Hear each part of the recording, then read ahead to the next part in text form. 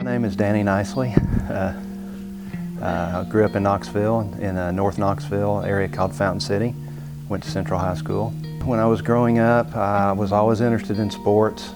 And then when I got to Carson Newman, my roommate played football. I was kind of skinny. My legs were developed from playing basketball and track, but my upper body was small. And so I started working out with weights.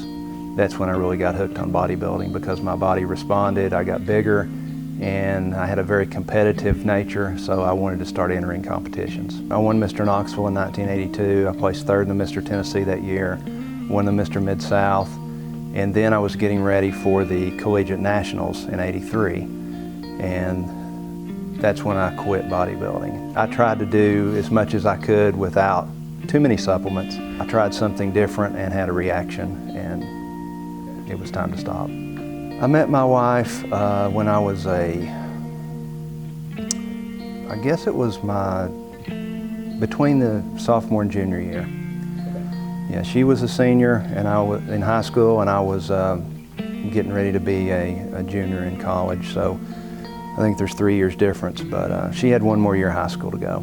We got married in November of 1984, which about 2 weeks from now will be 31 years. I've worked in the library just a little over 2 years. I've always felt like that's one of those things that God kind of orchestrated in my life, because I have always had a, I don't know, connection or something, I don't know what you would call it, with the 18 to 25-year-old group. I started teaching at a church, and that's the group I started teaching. Now they're all around 30 years old, they all have kids. But I've always taught, that age group. Then when I come here, and it's almost like God has given me hundreds of kids to help and teach and hang around with and get to know that aren't my own. And it's a kind of a unique relationship because I can be their friend without, any kind of repercussions. I mean, I can't ground them, I can't take stuff away from them, and they can open up to me on a certain level without any kind of penalty. So it's kind of cool. In 1995, I had been racing drag boats for about 10 years. And if you don't know what a drag boat is, if you know what a drag car is, it's a quarter-mile drag race on the land. This is the same thing on the water. So if you haven't picked up on it, I have a real need for speed. And so when the bodybuilding ended, I had to have some way to, get my need met of competition and self-fulfillment and identity and all those kinds of things. And so I had this fire in me to excel and to achieve, and so I just switched from bodybuilding to boat racing.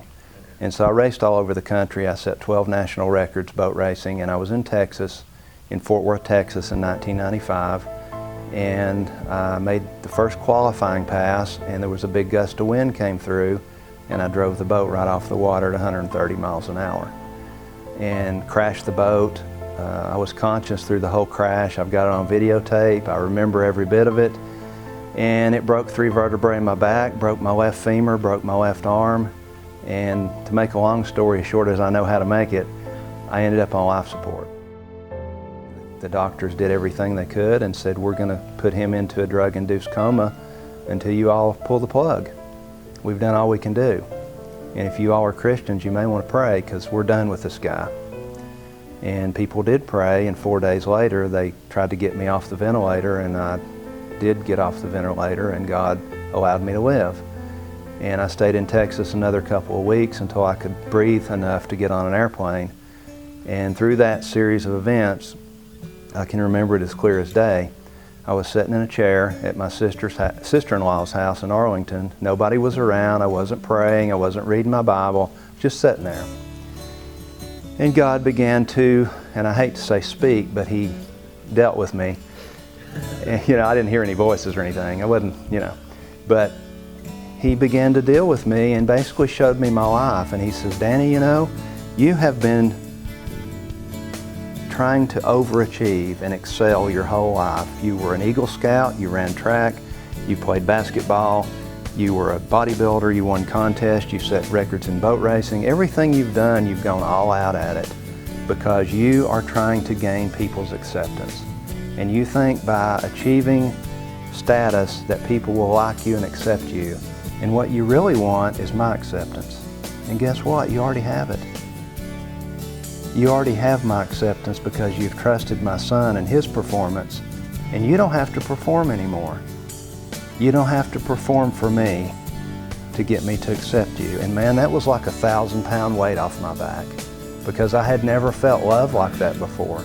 I had never felt unconditional love where God says, I accept you and you don't have to do anything to gain that.